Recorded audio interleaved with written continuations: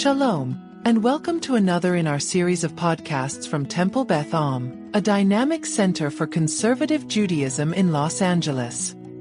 This is a recording of a Shabbat sermon with Rabbi Chaim Singer Franks. So there's this rabbi at Kiddush, and he's standing there, and this guy comes up to him, and he says, "Rabbi, you were all wrong about your dvar." Rabbi says, "Well, good Shabbos to you. Thank you very much." 10 minutes later, same guy comes up to him and he says, "Rabbi, the dvar Torah was too long." "Good Shabbos. Thank you very much." A third time, he comes up to him and says, "Rabbi, I couldn't hear a word you said." So at this point, the rabbi goes to the president of the shul at Kiddush. He says, "Who's this guy?" The president says, "Don't worry. He just repeats what he hears everybody else saying." Now, full disclosure, that is a Rabbi Bob Alper joke.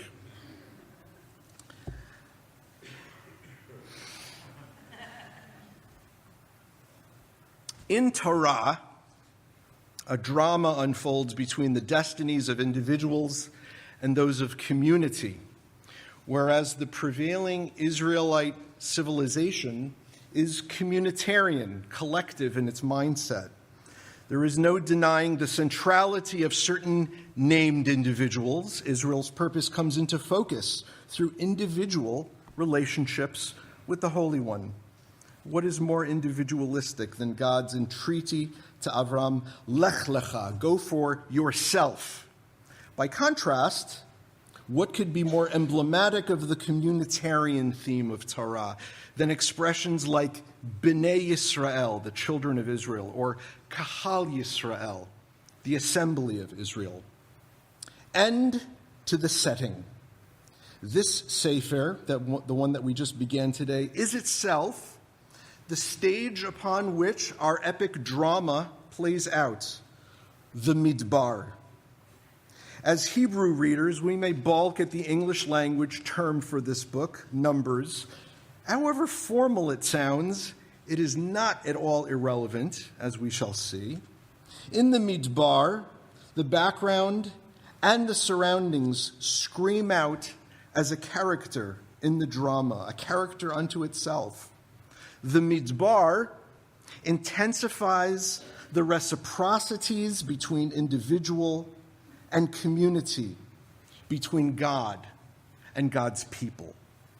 Inescapably, an untamed and ownerless landscape will be integral in how we shall come to understand ourselves as a nation, defining us into the future. The colloquial translation of Bemidbar is the phrase, "in the desert." In fact, the Midbar refers to the wilderness. In Southern California, we witness a variety of flora and fauna, of animal life in our deserts. And what characterizes animals and plants alike in this wilderness is their adaptation to endure extremes, spiny, leathery, stinging, from prickly pears to scorpions and snakes and bighorn sheep. Life there is tough because it must be. Even camping out one night in the wilderness can leave the average person spent and weary. Imagine such conditions protracted over generations. For Israelites, the extremes of the Midbar, weather, landscape, all served to heighten the extraordinary, holy demands which God places before us. Valleys and mountains serve to crystallize our personhood, testing and challenging our people's ability to endure. But could you imagine this voyage, this pilgrimage, playing out anywhere else?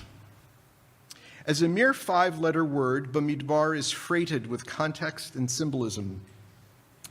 To explore this, we will expand our definition, for there is not only a wilderness of place, but of mind and of soul. As a chaplain, at a medical center in the valley, I have the privilege of accompanying people at life's many intersections, chronic illnesses and even fetal demise, addiction and recovery, injuries, facing surgeries, cancer treatments. A hospital is a place of travails, of finding new ways to walk and new ways to think, holding hands with families of many faith traditions, facing all stages of life and unfamiliar territories, very often, while in prayer and petition to the Almighty, I label afflictions aloud with a singular term, wilderness, Midbar. God in heaven, we thank you for being so-and-so's guide and shepherd through this wilderness.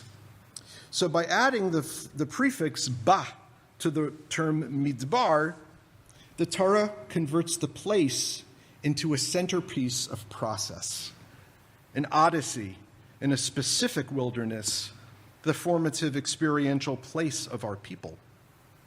For comedians, it also has become the butt of many jokes. After 40 years there, someone classically declares that old witticism, "Does anyone have a map?" I believe, however, we gloss humorously over being Bemidbar, in the wilderness, to our detriment. Our relationship with the divine is forged there. The map is veritably unfurled through the mentorship of the Parsha. Wilderness is external, but as I alluded to, there's also a wilderness within. And I inquire, how might that setting fashion an entire nation? And furthermore, who finds a home in the wilderness? We may see things as lousy, but conditions of distress can be deceptive, a phenomenon of relativity and context. My father of blessed memory loved a Yiddish parable, the worm who was born into chrein, into horseradish root. That's what the worm knows, so that's home. And what order of scholars and philosophers grow up Bemidbar? What caliber of soldier is hewn in the terrain of the Midbar? What does thriving look like under these extremes? Discussions of epigenetics are very popular these days. That's the study which suggests that our DNA is like a script which gets passed down, and epigenetics reveal how that script is read, what parts are read loudly, while others remain present but silent. Epigenetics insinuates that our ancestral quest never left us. In that spirit, then, here's a point at issue. Did the people of Israel ever completely leave the Midbar? Through that framing, we may begin to apprehend much about who we are. We might take the opportunity to newly decode the everlasting gifts of Torah at Sinai, and also fathom inherited dread when soon in Devarim we confront the consummate national threat, Amalek. In a wilderness, any passing moment could be an encounter with mortality. Would it not be rational, even for the most pious among us, to not only wonder, where's the map, but what are we doing here, and when will this end? The Avodat Yisrael, a Hasidic teacher by the name of Rabbi Yisrael Hauptstein, living between the 18th and 19th centuries, observes an astrological coincidence.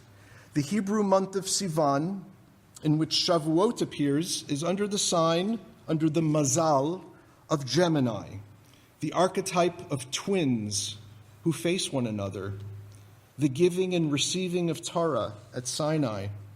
One twin is God, the other the people Israel, with a shared fate. When things go well with one, it is the other who benefits. And prick one, and the other bleeds. In verse 2 of Sefer Bemidbar that we read so beautifully, thank you, Jennifer, this morning, the Parsha jumps right into a census. God commands, Su'u et rosh kol adat b'nei Yisrael mishpachotam levet avotam b'mispar shemot. Take the sum of the children of Israel by their families, by the house of their fathers, by enumeration, by accounting of their names, genealogies, the organization of the Israelite camps, which tribe, which family. And then 50 verses later, the text states, V'chanu b'nei Yisrael, ish al machanehu, v'ish al diglo letzivotam. The Israelites shall encamp, troop by troop, each one with his division and each under his standard, his flag. A 20th century teacher, the Nitzivot Shalom, Rabbi Shalom Noach Berezovsky of Slonim, reflects upon these scenes in Bemidbar, interpreting God's counting the Jewish people in their clans. He says, God counts them because they are beloved, the community and the individual. In Sefer Shmot, in the book of Exodus, chapter 19, verse 2, the text reads, Vayisu merifidim vayovo midbar Sinai vayachanu bamidbar vayichan sham Yisrael neged hahar.